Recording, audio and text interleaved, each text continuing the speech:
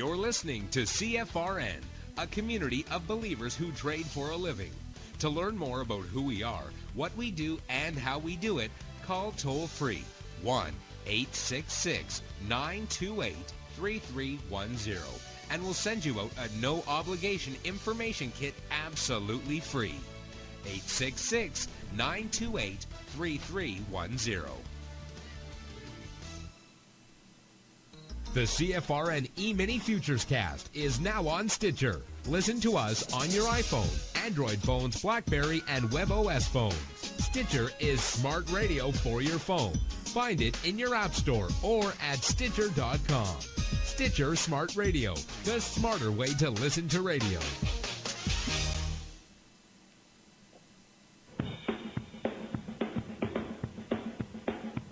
Are you ready, Steve? Andy? Yeah! Bert?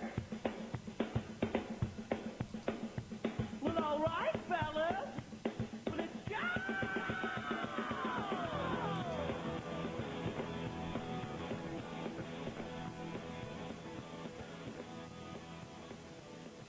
You're listening to CFRN, the Christian Financial Radio Network. Today's broadcast is brought to you by Audible. Get a free audiobook download at www.audibletrial.com/CFRN. Over 85,000 titles. Choose from mystery, romance, religion, science, technology, business, New York Times bestsellers, even children's books. You name it, Audible has it. With 85,000 titles to choose from, you're sure to find the perfect audiobook for yourself or to give as a gift, and it's absolutely free. Just point your browser to audibletrial.com/CFRN. That's audibletrial.com/CFRN. And become a part of the audiobook revolution by downloading your free audiobook today. audibletrial.com/CFRN.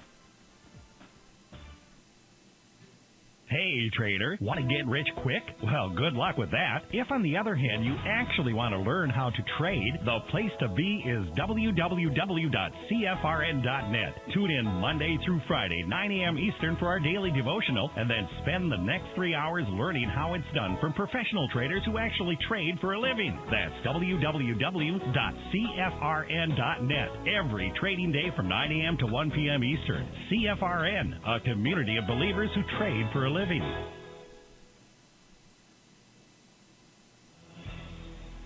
Good afternoon, traders, and welcome back to the CFRN Emini Futures Cast.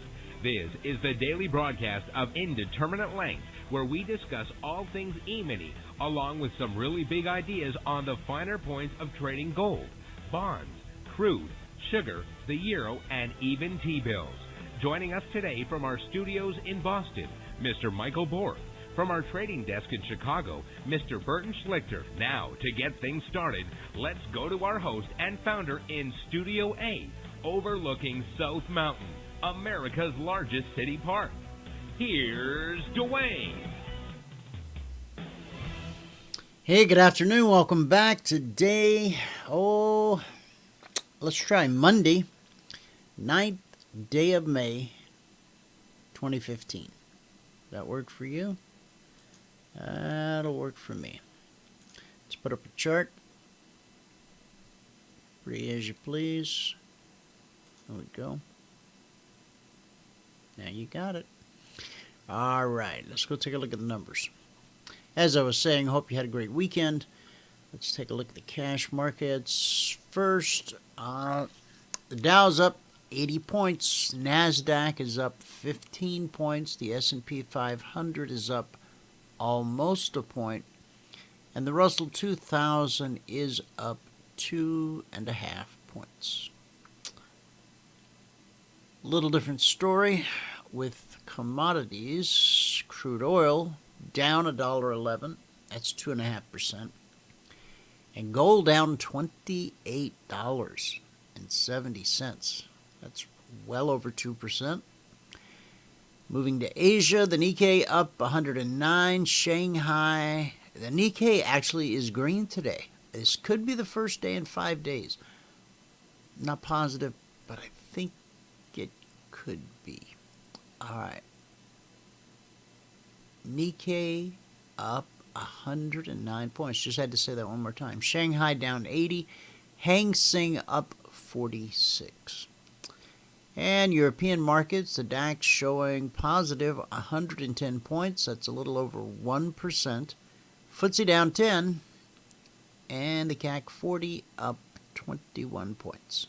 So, there you have it. We're mixed in Europe, and we're mixed in Asia, and we're mixed in the U.S. only because the S&P is it's less than 1 point into the red. So the Dow trudging ahead by 80 points on our rule of 10 tells us the S&P, in theory should be positive 8 points, or the Dow should be negative by almost 10 points. Who got it right? Who's the big winner? I don't know. We'll talk more about that and find out more about that later in today's show. Now, as you can see from the chart that I have up, if you can see the chart that I have up, it's the S&P 500 Emini Futures. And there's that 2060/2061. The zone that won't go away. It's not a zone this week. However, it's not far. Let me just type in last week's zones. Okay. Last week's zones. Okay. Sunday night Globex open. On our Concierge Trade Alerts, we did not trigger to the long side and we did not trigger to the short side. I was afraid of this right here, caught up in this little tiny range. One of those deals where just as soon as you go long, you don't have enough to get any business done. And as soon as you go short, you get chopped off at the knees. So, got nothing to tell you there. I will tell you that Donald Trump just made a new mess while walking back his controversial plan for U.S. debt. Trump on Monday said it was crazy to think he would try to negotiate his way out of full repayment of government bonds, despite what he suggested just last week. But he did suggest another potentially alarming option for debt management. First of all, you never have to default because you print the money. I can't believe he said that. Oh my God. The presumptive Republican presidential nominee said on CNN, "This is true, but as with trying to get bondholders to take a haircut, it's out of the economic mainstream." Last Thursday, Trump suggested on CNBC that he would be able to reduce the national debt by persuading creditors to accept a haircut on that debt, in which case creditors would be repaid less than the face value of U.S. Treasury bills and bonds. For example, a Trump administration might repay $80 of a $100 bond to the bond's holder. "I've borrowed knowing that you can pay back with discounts," he said. "I would borrow knowing that if the economy crashed, you could make a deal." Such a proposal, implying that the U.S. would not fully pay back its debts, was immediately condemned in the finance world. U.S. government debt is widely viewed as one of the safest available investments. So the idea of investors receiving less than they were promised by the most powerful government in the world would almost certainly dramatically increase interest rates in the U.S. and would very likely set off a global recession. In an interview on CNN's New Day, as Trump attempted to clarify his plans for the national debt, he said the U.S. would never default on its obligations because it printed money. If interest rates go up and we can buy bonds back at a discount, if we are liquid enough as a country, we should do that. In other words, we could buy back debt at a discount. People said I wanted to go and buy debt and default on debt. These people are crazy. This is the United States government. First of all, you never have to default because you print the money. I hate to tell you. He doesn't even know who prints the money. He thinks the United States government prints the money. Oh my goodness. Oh, this is beyond frightening, folks. The presumptive president of the United States of America thinks the United States government prints the money. A private corporation called the Federal Reserve. Tricky name. I can understand where he might get tripped up there. Can you imagine the surprise? I'd give anything to see the look on his face when he finds out that the Federal Reserve is not the government. Oh my.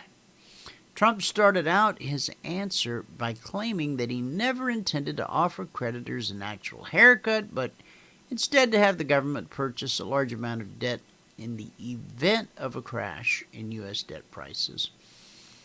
But whether that would work is questionable, as the government would need to somehow finance that debt purchase with other debt. But then Trump made an interesting point.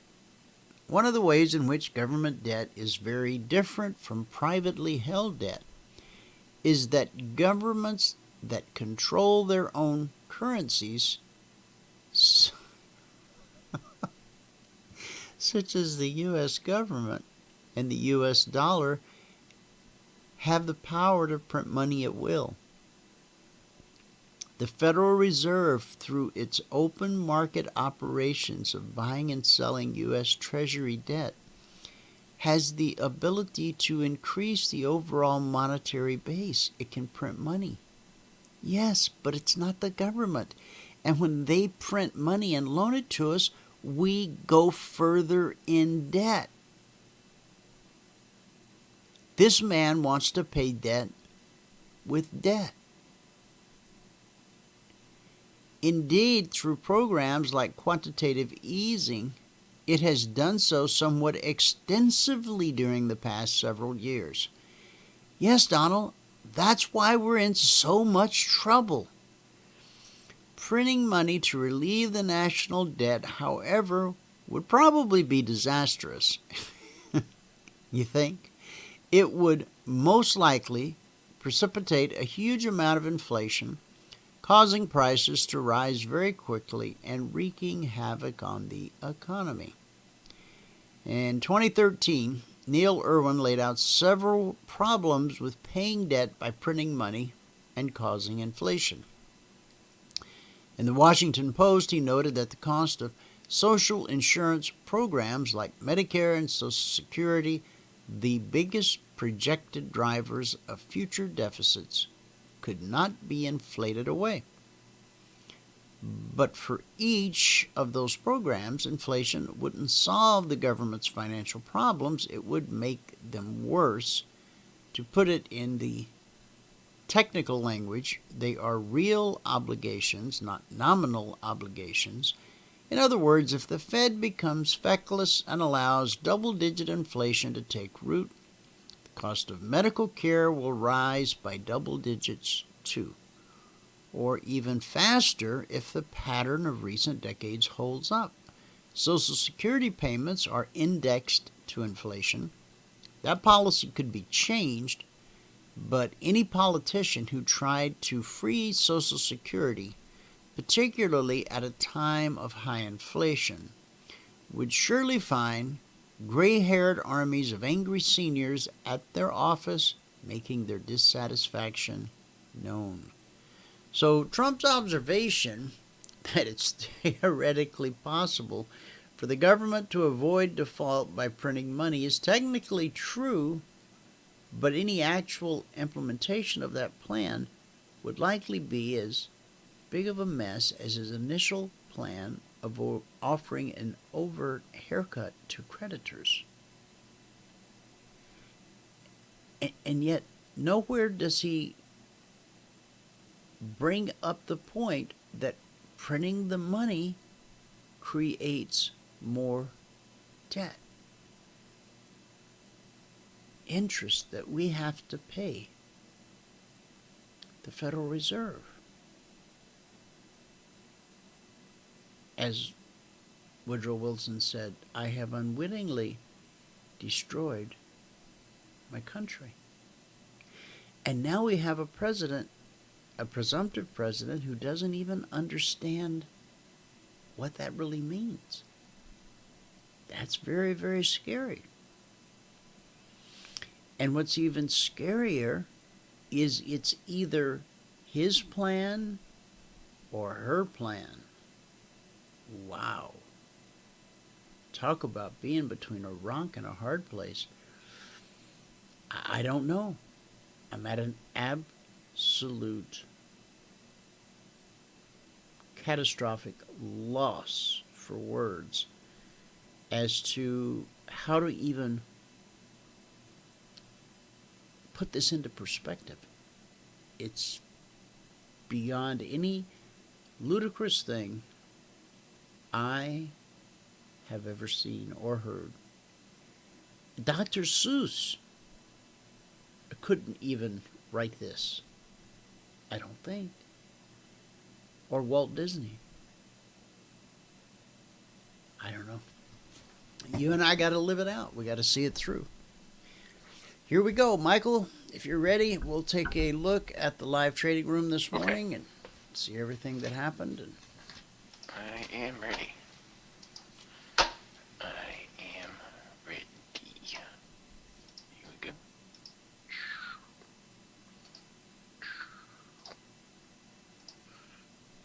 All right.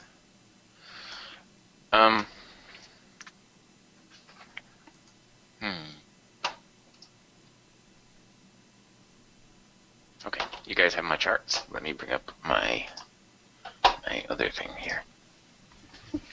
You know, the other thing. This. Okay. Ready? I will hit record. And it's locking up again.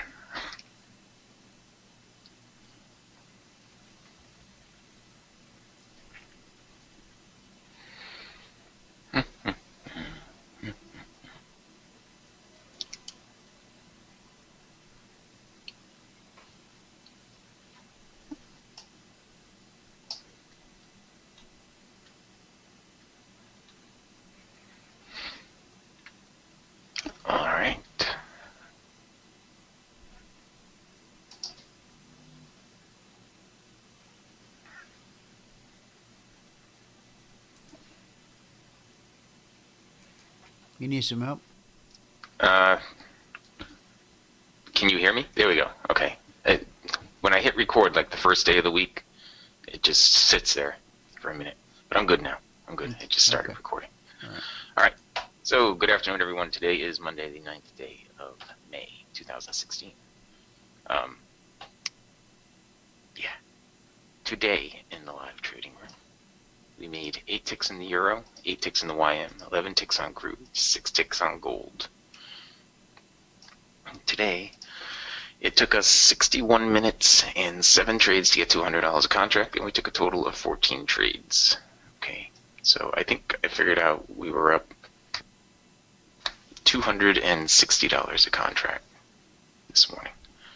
Okay. On the month, we're now up $2,406.25. That's over 6 trading days, averaging $401 per day. If you were to apply any dollar commission to every trade we've taken, you'd have a net profit of $1,702. If you were to apply a $5 commission to every trade we've taken, you'd have a net profit of $1,966. Okay. On the year now, we're up $22,362 a contract. That's over 85 trading days, averaging 263 per day. Okay, 263 per day. So we're getting a pretty good start to the month. In 6 days this month, we are about $900 away from what took us 19 days last month. So that's good. We like that. Now, if you have not taken the free trial yet, you just need to go here to apply.cfrn.net, fill out this little form, and you'll be sent everything you need to take our free trial.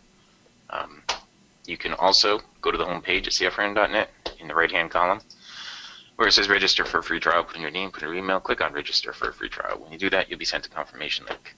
You must click on the confirmation link. Okay, you must click that confirmation link. And that's it. With that, you will get your free trial. Okay, now I'm just going to bring this out and show you that we had been bumping up against the zone here early on, and then we started to move away from it, and we stayed sort of in the middle of those two zones that were just right there. So we didn't have that many trades on the indexes. Well, the only indexes I have up are the ES and the YM, and we had 3 trades on the YM. But we'll start out with gold. Okay, I missed, did I miss this right here? Yeah, I did. I missed this big move down right here on the gold. There was a momentum short trade there and there. Okay. And I took a break even on this first trade right here on gold. Next trade I took over here, we got 3 ticks profit. Then we got 2 ticks profit here, putting us at +5, and 1 tick profit there, putting us at +6. See, during the break, there was a short trade right here that would have been a break even for me. Quite certain it would have just been a break even trade for me. It didn't put in a low risk swing, so I wouldn't have traded again. Actually, at all. I wouldn't have traded again. There might have been one trade right here, but I don't think I would have done it. If I did do it, it would have ended up break even. We had a nice leg up right here, but it hasn't set up a trade yet. Okay. And here on the YM.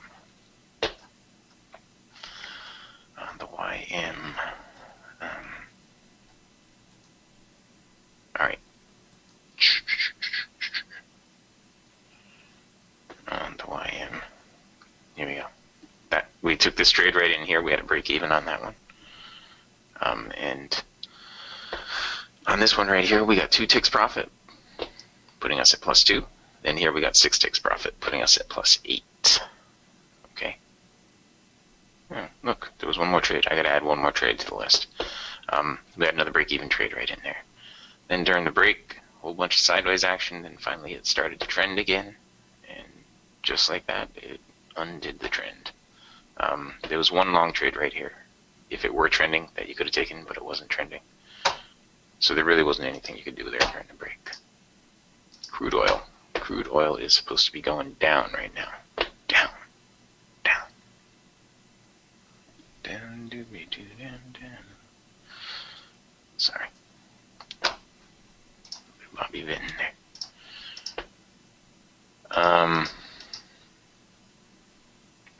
Alright. I did not even have this in here. Happy Monday, John. Excuse me. Okay, so this is crude. We ended up missing a whole bunch of trades here right at the beginning. That one, that one, that one, and that one. All nice winning trades. We finally got into this one over here, and I got 3 ticks profit on that one. Break even there, a break even there, and 8 ticks profit here. Okay, you can see I missed a bunch more trades in here. I missed there, and there, and there. Excuse me. During the break, you could have shorted right here during the break for that move down. I would not have gone long right here off the BBC, I don't think, because we weren't trending. Right here we should have put in a higher swing, but we didn't. Though if you get an up close on the current bar, that would be a momentum long trade. Okay. I would prefer that it goes down here, though. That's my preference. If I get to state my preference. Down is where I like it to go.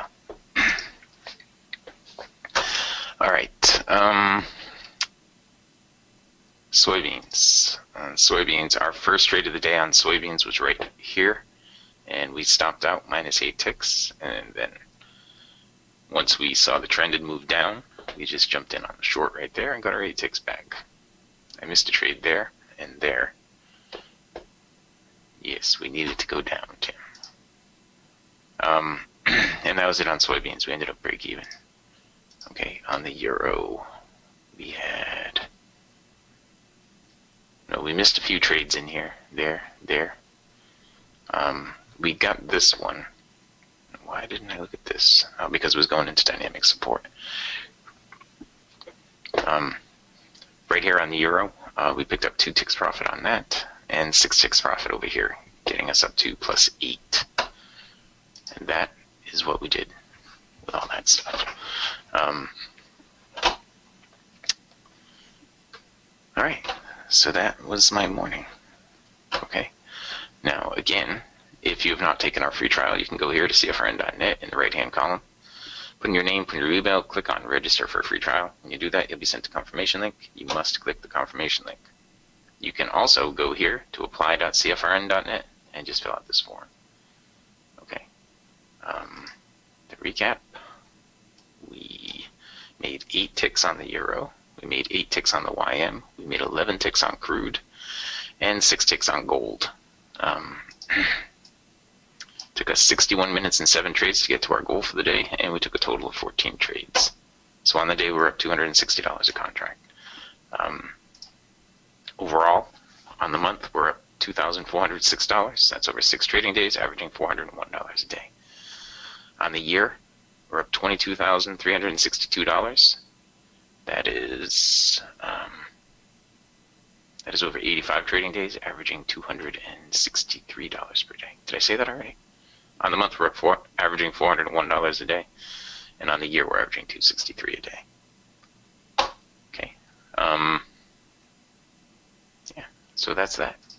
With that, I can shut off the recording, and we can head back out to fabulous Phoenix, Arizona, where Dwayne is overlooking the nation's largest state park.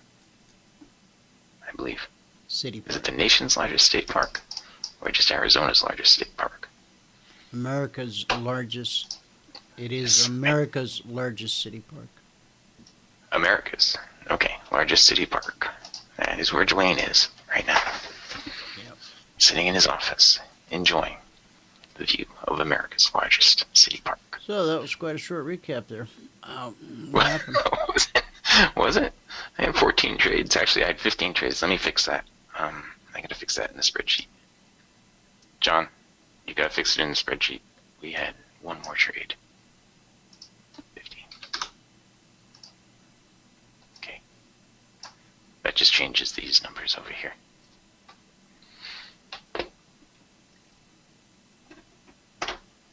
All right. Do you want me to talk about something else? Oh, no. No, that's okay. Okay. All right. Crude oil. You need to go down. Now, if you look at the 15-minute, this is what I was looking at. As long as we stay below here, we should get lower than here right now. 15 minutes set up for the cycle to go down and get all the, the green line to turn down and get all the way down into the cycle. And the last time it did that, it dropped from 44.11 all the way down to 43.35. So we want to see it do that again. Okay. All right, let me grab the charts back. Okay.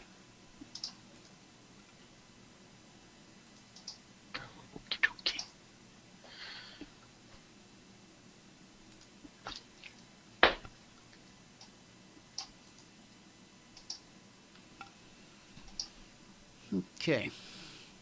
All right. We'll go to our good word for the day here in a second. I just want to continue with the scariest thing about Donald Trump isn't what he doesn't know. It's what he doesn't know he doesn't know. I think that's what I was talking about. I'm the king of debt, he said today.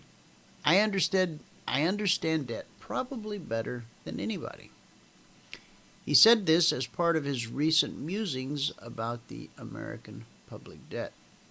In those musings, he talked up the benefits of restructuring, in which creditors are paid less than 100 cents on the dollar, and then said it's crazy to think he would try to get Treasury bondholders to take payment haircuts, and then floated the idea of inflating away the debt, saying you never have to default because you print the money. One defense, sometimes made for Trump's candidacy, is that while he may not know very much about the intricacies of public policy, he will surround himself with experts who do. Of course, one problem with this theory is that Trump has a track record of choosing questionable experts, such as his doctor and his lawyer. But another problem is that Trump is unlikely to see himself as needing expert guidance on financial matters. Why would the king of debt, who understands debt probably better than anybody, need to defer to experts in the management of the federal government's finances? Donald Trump has successfully restructured many failing companies, sometimes using the bankruptcy code in the process. He can bring the same magic to the American government that he brought to Trump Entertainment Resorts. He's got this. A total financial ignoramus might actually listen to smart people who say it's a bad idea for the president to even talk about inflating away the debt. But Trump is the sort of person who would take a tiny piece of knowledge. Borrowers who print their own money can print their own money and use it to blow up the world economy. They still don't get it.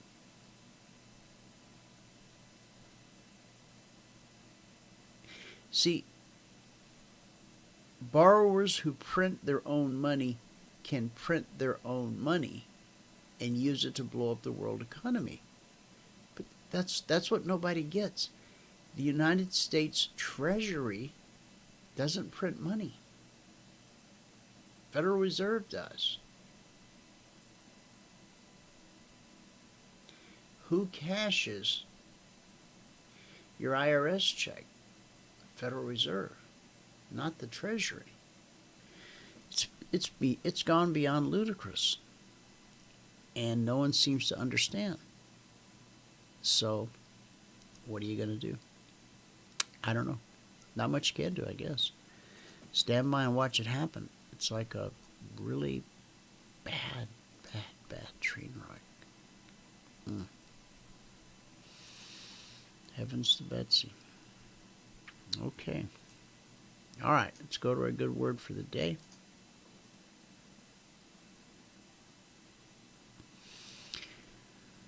What we suffer now is nothing compared to the glory he will reveal to us later. Romans 8:18. Now, this is our fourth installment on when God calls you. Is your phone still ringing? Yeah? Have you answered? Yeah? Did you listen? Are you going to do it? Sometimes we view the call of God, the call on our lives, through rose-colored glasses. But hearing his call isn't the same thing as falling into your dream career.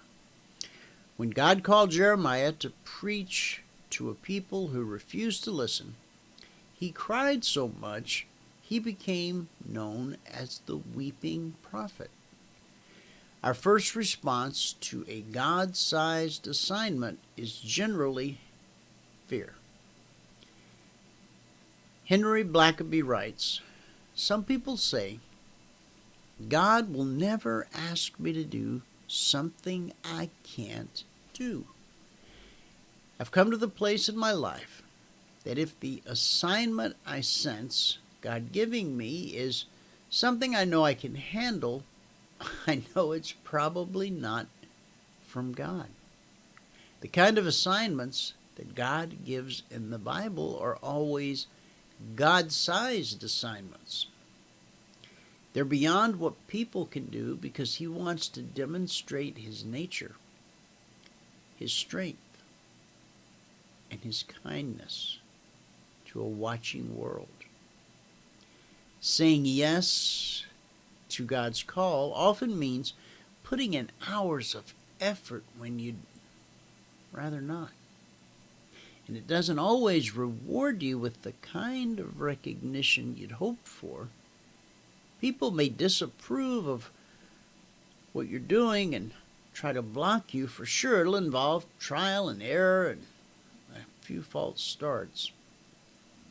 And natural talent alone isn't enough to honor your calling. You'll need ideas, strength, and creativity beyond your own resources to do what God requires of you. Paul says in 1 Corinthians 3:9, we are laborers together with God, because in order to succeed, it has to be God and you doing it together. He doesn't just call you to work for Him. He calls you to work with Him. Now, have you ever had a boss who said, he works for me, when referring to you? Or maybe you had a different kind of boss who said, we work together. Might not be the big boss, could have been a supervisor, department head, but simply just the way they make that statement, we work together, can make all the difference in the world in how you perform your job, in how you approach whatever task has been put before you. When you understand that upper management, those above you, those who are doling out the tasks, even God, He's not just saying, go do this. He's saying, let's go do this. Let us, you and I, together as one, go. An army of one. That's what He's talking about. He's not asking you to go off and do it and report back and let Him know how things went. He takes the trip with you, step by step, shoulder to shoulder. Takes us back to the original question. When God calls, will you answer? That's a big question. We're all created for a divine purpose, a divine destiny. Will we answer the call? That's our good word for the day. And a pretty good question, too. So, S&P 500, we can look at it, but we can't do much with it because it didn't break out above this old zone or break below this old zone. These are last week's zones. Last night, what we were looking for to show us that the market was actually going to get up and go somewhere and maybe do something this week, we wanted to see 64 1/4 broken to the upside. We wanted to see 44.75 broken to the downside. Didn't seem to be asking for a whole lot, but we couldn't even get that. So, what did we do? Nothing. we wait. Now, does that not mean that on our 4-tick range chart inside of the live trading room that there weren't trades available? Yeah, absolutely. Michael just told you how many he was able to take today. And I think we had one losing trade today, one unprofitable trade. Yeah, the soybean one. Yeah, the soybean one. So even though the markets from a bigger picture kind of perspective look kind of weak or uneventful, the indices in particular, the soybeans are going nuts, or have been. We'll take a look at those in a second. Here's the Dow. Okay, and here is right there, Sunday night, Globex open. Big green candle, 30-minute candle. Looks like we're going places. Woohoo. And then, not so much. We were looking to buy 720, which we did have an opportunity to do way over here.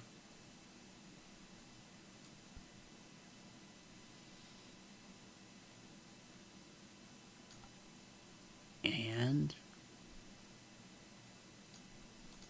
gave us a whole lot of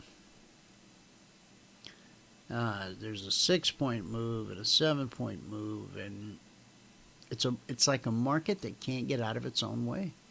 On the short side, we were looking to sell 670. Okay, that actually had an opportunity in it, unfortunately. Let's see, now these went out at 2200 hours, so that's right here. So yeah, we're good on that. 670. So we had a little something on the short side.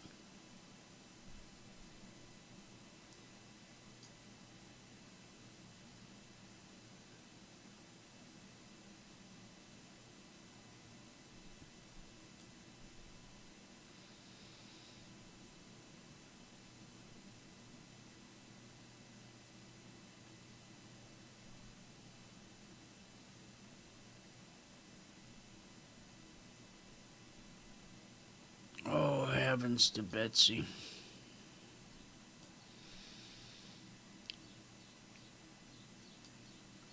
Why is that?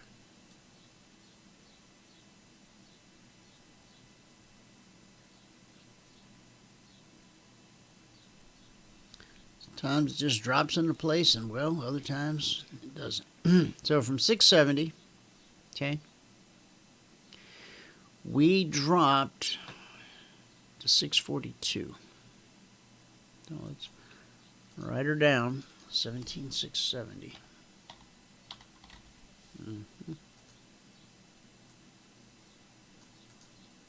All right.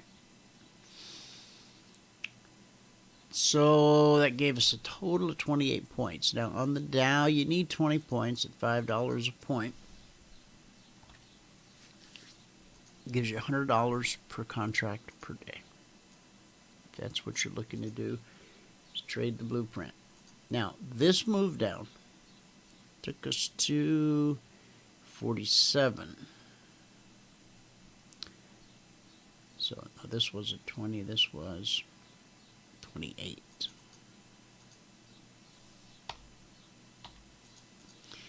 And this one.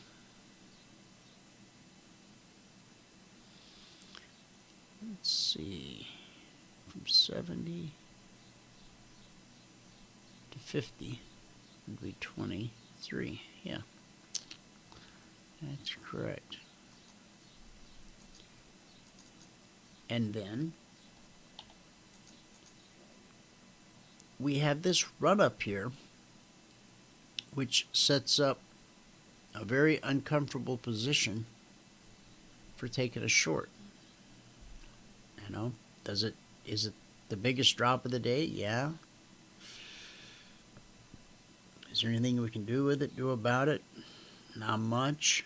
I mean, was it good for 75 points? Yeah. So after the fact, was the risk-reward ratio worth it? Going into it, when you don't know where the trade's headed, it's a little different story. Let's hip hop to the Russell. Let's see what we got there. Okay. Here's the Russell.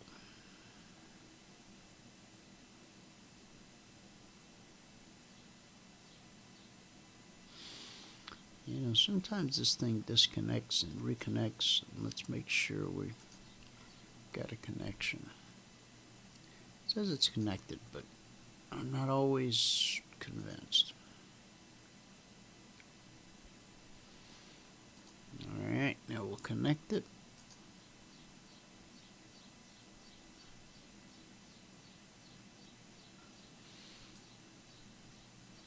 Okay. Well, it looks like it was okay. All right. Never quite get used to this thing. All right, last night, which would have been here.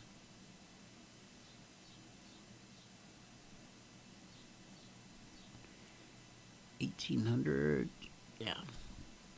ICE opens a little later than the CME. Okay, and so word was on the Russell to buy 1122, not happening. Sell 1111.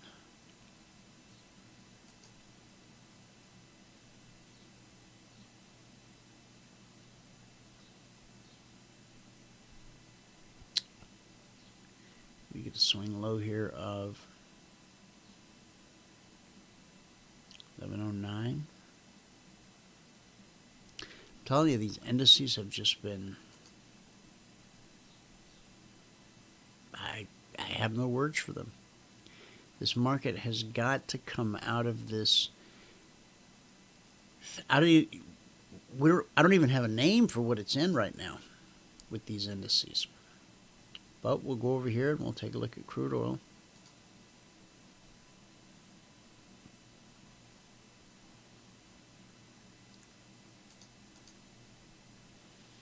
Or we'll try to.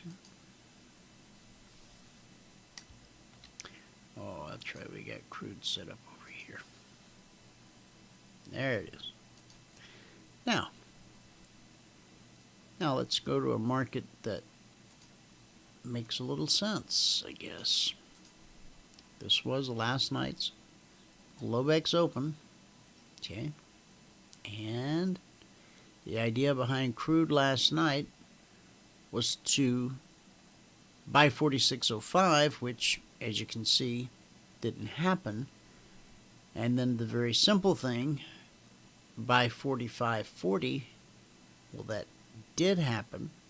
And even important prices, important areas, they do get tested when the markets are behaving in a semi-normal fashion.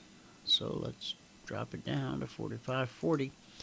Okay, so the first breakdown took us to, let me write it down, 45.40. 45.40. Okay.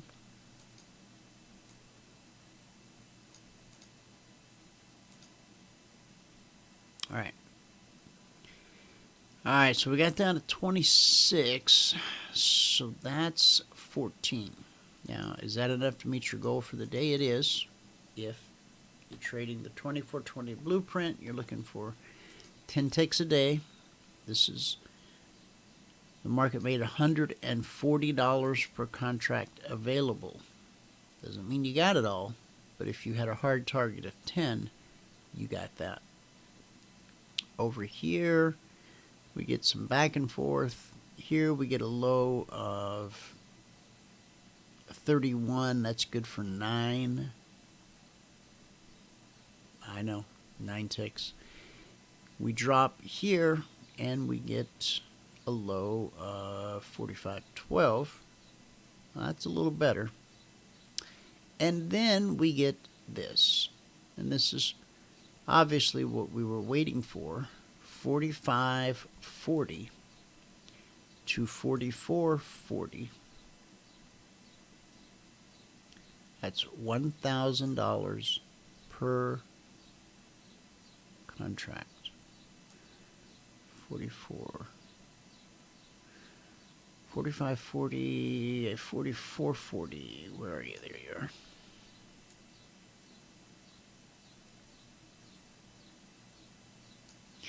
All right. So that's 1K. But we're not done. Even if you're using the indicators, you're still in the trade.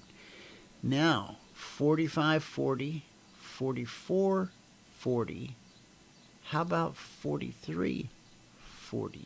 Right there. We just barely made it.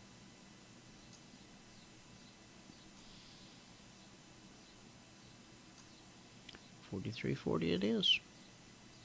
Okay. It's $2,000 per contract so far. Now,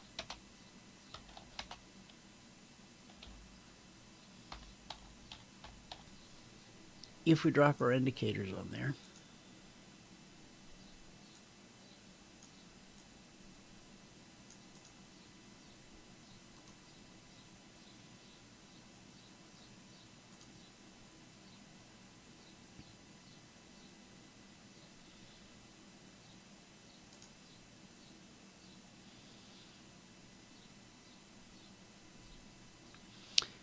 all right, so initially we start out, we're trailing our stop behind the BBC.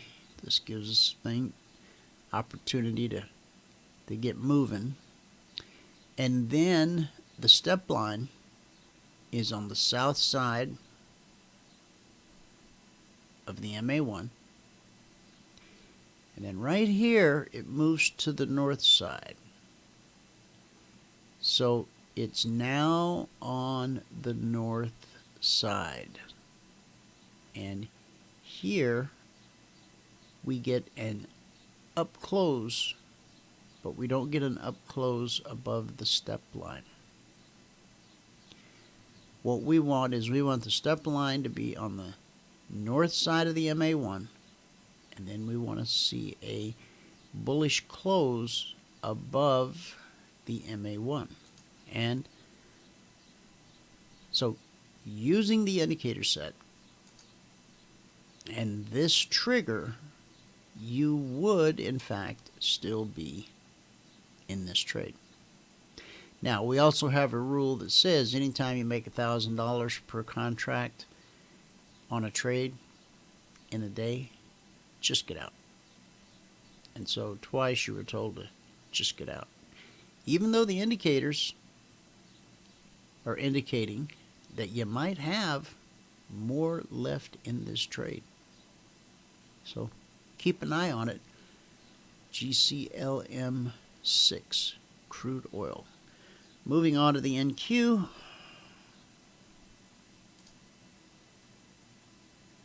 Okay. And putting our little arrow on May 8th.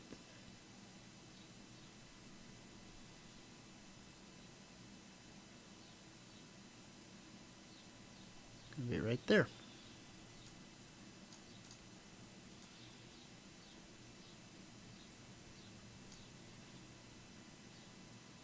Okay.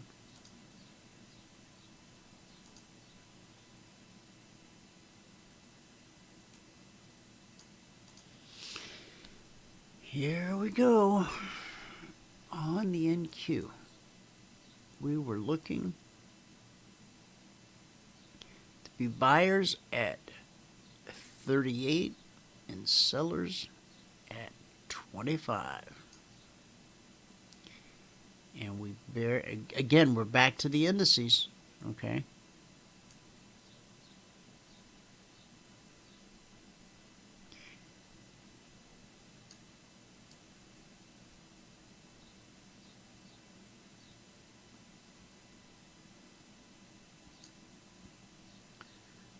There's 25.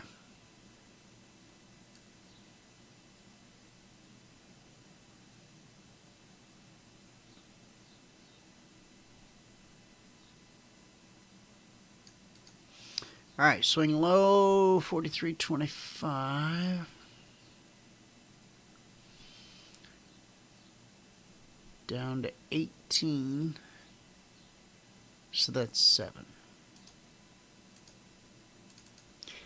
Now the NQ does pay $20 a point, so you only need 5, but you don't get it here. And up here at 38, we only put in a swing high. Was it 38? Yeah, actually we fared pretty well off the 38, which was right here. How close is that? 43.38.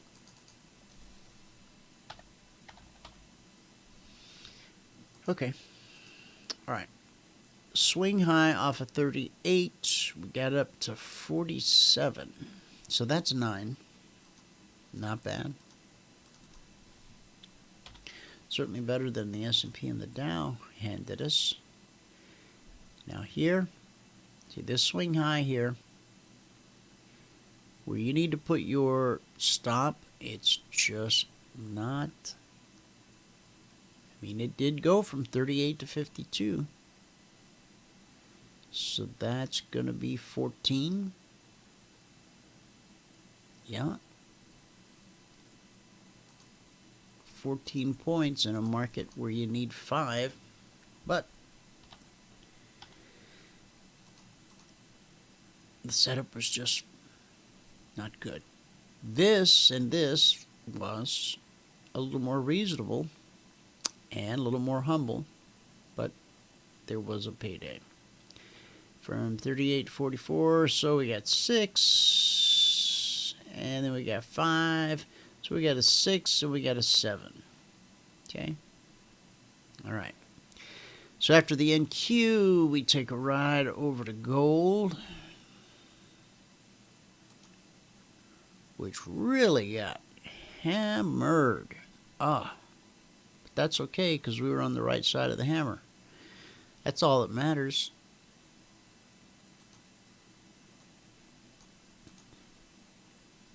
Okay. Gold. We're looking to sell 1284, because there was no buy in 1290. Got close. Got to a swing high of 5 ticks. 5 ticks could have sent us in the wrong direction, but it didn't. And so gold selling 1284 right here. And of course, comes as no surprise, I don't think at this point, that important prices, important areas, almost always tested.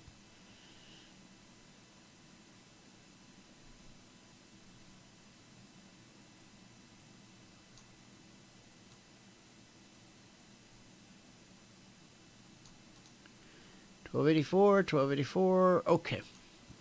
So on the initial drop, got down to 1280.7.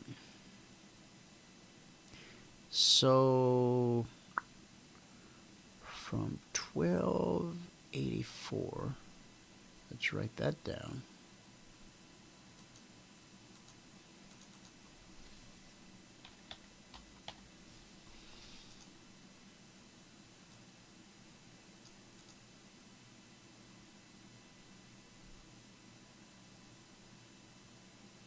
Okay, if it had gone all the way to 1280, obviously, that would have been 4 points. What we got is 33 ticks. That's $330 per contract. That's what the market made available.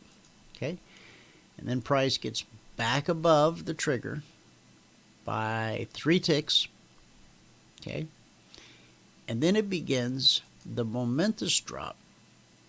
And from 1284 down to 1274, which is right there. Almost nailed it on the first go. That's $1,000 per contract.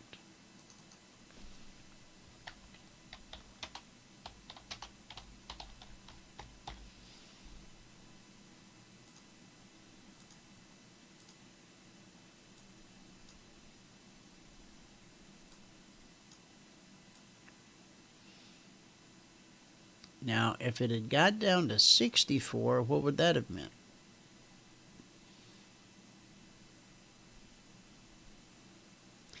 That would have meant $2,000 per contract.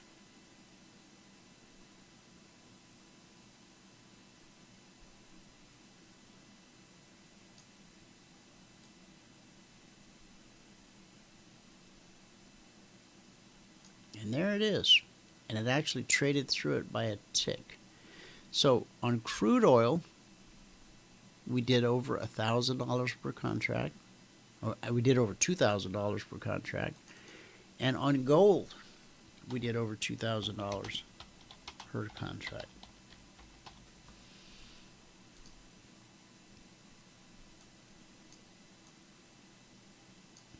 Now, if we insert the indicators here, let's see what they tell us.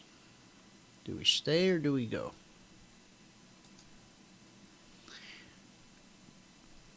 If we get a close above the step line, we go.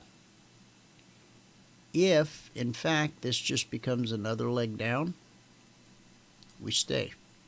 Unless, of course, we obey the law of the land that says anytime you make $1,000 per contract in one day, get out. But I know some of you have a hard time with that. And so you get a green close above this step line, which is now on the north side. Okay.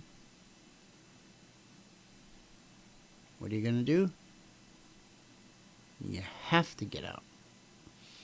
Okay. This is a good idea. This is actually the law. Okay. Got to obey the law. All right. What do we got left? We got bonds. Now, on days when we do well in crude and we do well in gold, what typically happens in bonds? Do you remember? Let's go take a look.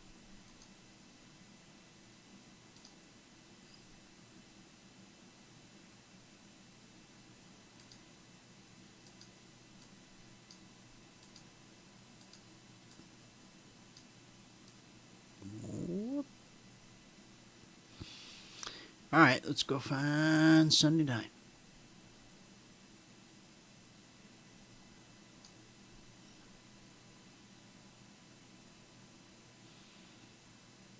May 8th, May 8th.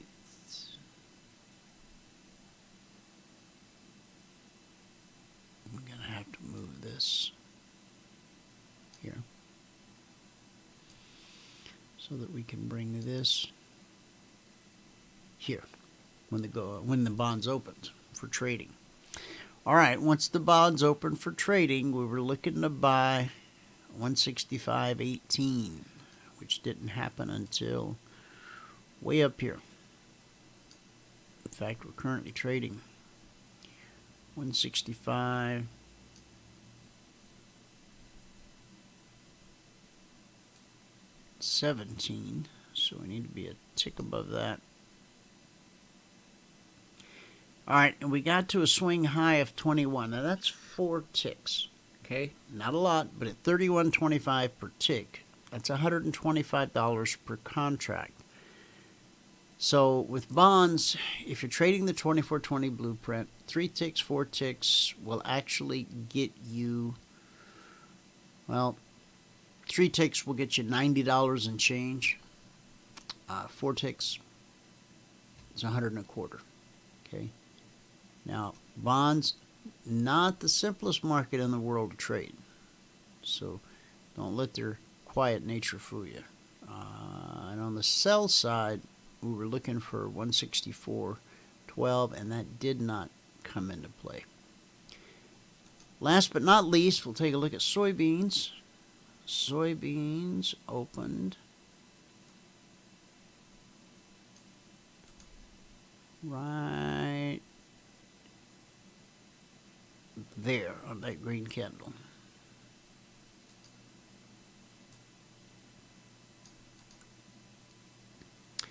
And since we opened and dropped, and we never rose above where we opened last night, then the only thing that's going to be of any concern will be our sell price, which is 1032.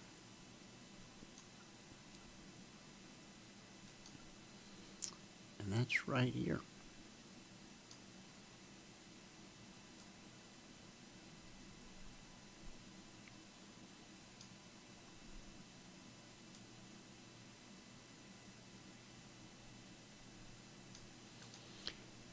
$10.32 dropped down to $10.19.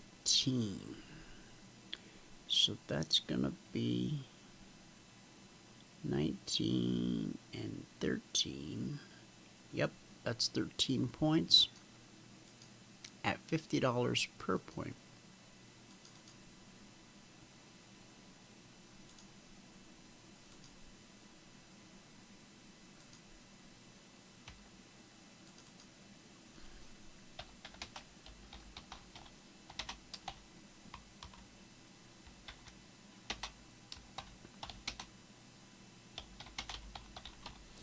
Okay, there you have it, $50 per point, 13 points. Now, that's the same as the S&P. S&P has 4 ticks to a point. Soybeans have 4 ticks to a penny. And as we talked with Chris on Friday from Top Third, we talked about just how tradable and how explosive and how much movement and volatility the current soybean contract has brought us. The previous contract had not much to offer, just to be honest. Not much to offer at all.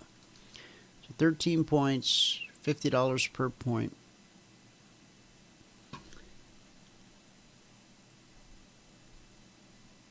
$650 off the top of my head. I think that's about right. So if you got it right on soybeans, you got it right. Okay? And even if you're just now getting taken out on this pullback, you did fine. You should be very, very proud of yourself. Now that does it. That takes us all the way from the S&P to the Dow to the Russell to crude oil to the NQ and everything in between. Does. All right. And so for this Monday, the 9th day of May, 2016, we're going to call it a wrap. Okay? We're still, and I'm telling you, as long as we stay caught between these two zones from last week, it's going to be a slow ride. We need something. We need some kind of news, some kind of fuel on the fire, some kind of, we don't want any disasters, we don't want any catastrophes, we don't want any of that kind of stuff.